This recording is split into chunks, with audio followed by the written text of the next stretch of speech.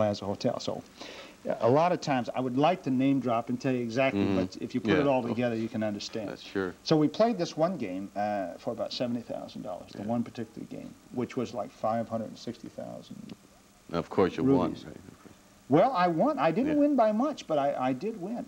Those type of, concentration must be a big part of the game when you're playing for like $70,000 a game.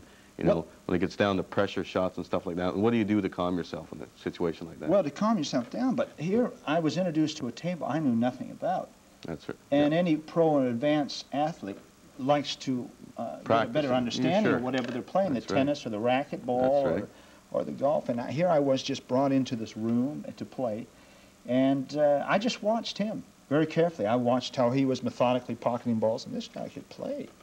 He was running balls like he was never going to miss. And I just watched the rails, the cushions, and watched the cloth, the nap of the cloth. And of course, I had a few minutes to look at if it was a 60-40 nylon wool cloth, or what kind of cushions, or how the resiliency was. Sure.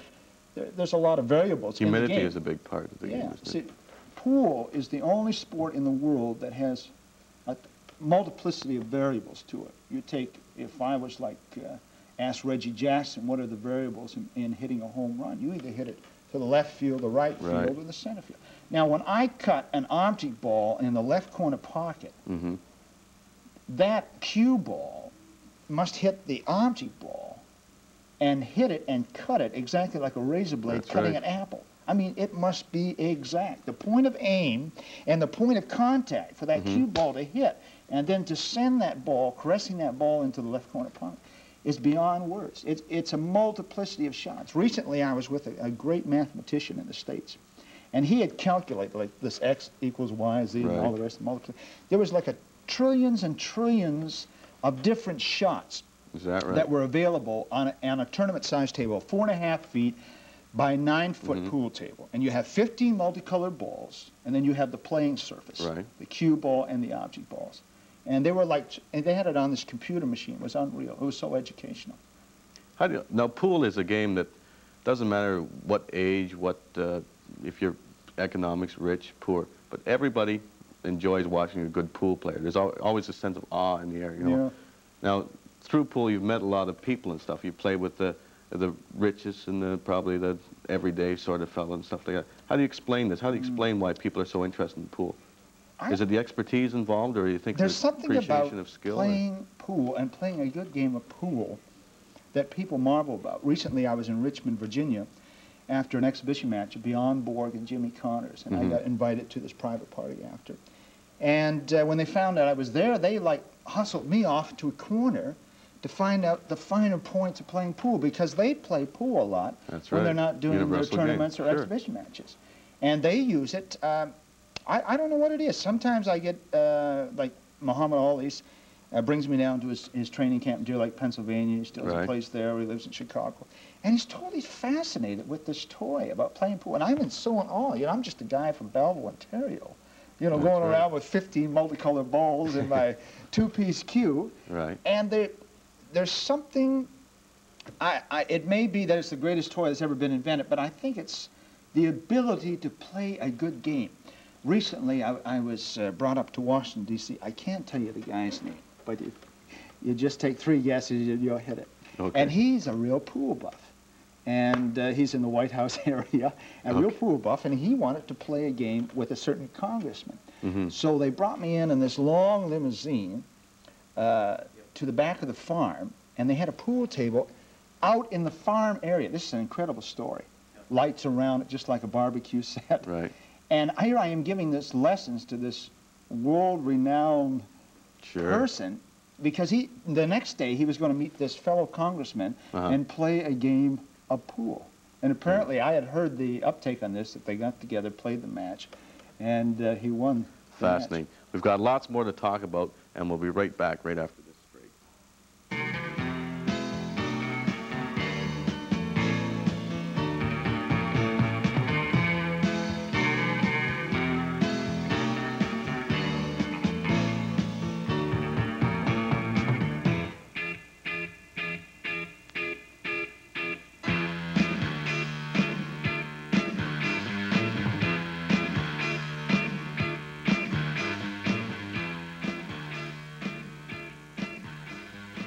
We're back with Bruce Christopher, the world's best pool player from Belleville here.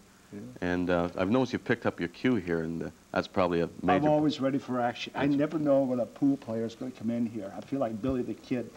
Everybody wants to beat you, right? Yeah, I got notches in so many cues. Like this is another cue I got here. It's a beautiful cue, hits like one piece. I'm always waiting for the guy to come in and say, all right, Superstroke, you know, let's see how good you are. That's right. I suppose everybody's gunning for the...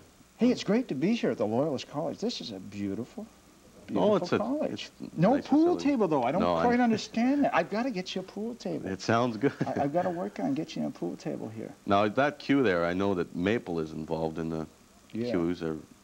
This is a one-of-a-kind. That's not one of the ones you can run down the Canadian Tire and pick up. There's a long story to this. I can't share this with you right now because you'd get too excited if I shared the true story of this thing. Now, I imagine these are custom-made. Do you get these made specially? This is handmade, not custom-made. This is handmade. This takes 2 years to make. Is that right? Because this is like airbrushed and sanded and groomed and hardened. This is Canadian rock maple. Mm-hmm.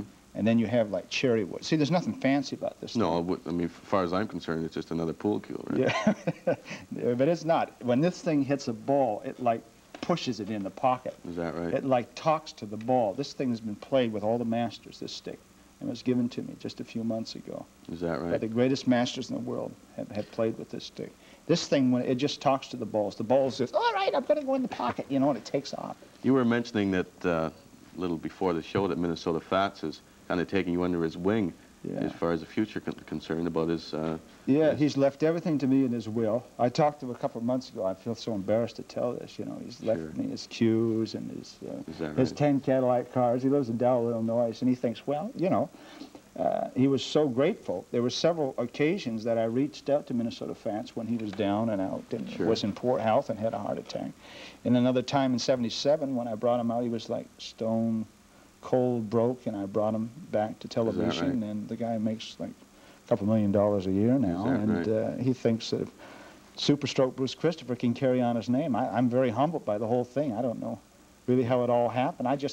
There's one thing I learned, Kevin, since last August, and I sat with all the top professional pool players at the Roosevelt Hotel in Manhattan, New York, and they came over to me. I stayed like till 6 o'clock in the morning. And they said, Bruce, Steve Mesrick came to me crying like a baby. He says, Bruce, he says, you know what? You really love pool, don't you? And I said, yeah, don't you? And many of the players share with me that it's just a means to an end to them. Right. But I see it as a means of evangelizing and converting people. And, is that right? You know, I'm like taking everybody I meet to a pool table. That's like the inner cry in my heart and in my being. Every little grandmother, every little grandpa, every person, every baby, I want to take them to that felt, that green felt. I want to take them there and let them feel what it is when that ball goes in the pocket, because pool gives. And when you put a ball in the pocket, it just absolutely lightens up your countenance. And it's exciting. Oh, yeah, everybody like myself, it's great if you can get 2 or 3 in a row, you know, you really think you're something, you know, shooting pool. Now, I know now you're more of an ambassador to the game, like you're going around Canada here doing exhibition matches and stuff like that. Is that what you would like to do in the future, continue just promoting the game, putting back in the pool what pool's given to you? Yeah, I feel that it's my responsibility, that as a recipient of the game, and pool is so good to me. It's a means to an end. It's like the handle to the pot.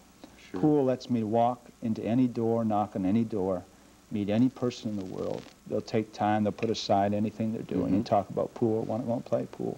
And I think that I just need to go and share it with the families. To me, pool is fun. It's a family-oriented sport. And don't miss this, because this is the whole underlying factor of this game that has been missed for years and years. This is a family participated sport. It's the 7th most popular participated sport.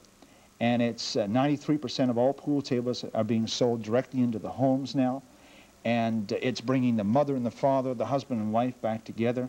It's bringing the children to have an evening of communication, exercise, bending, stretching, squatting, walking around the table. Sure. We talked about just to play in a couple of hours of fun. Oh, I imagine the amount of time, probably a mile or so. Yeah, I don't have time to run the banks of Belleville or Trenton or... Now, what do you think television has got a lot to do with this change of image of pool?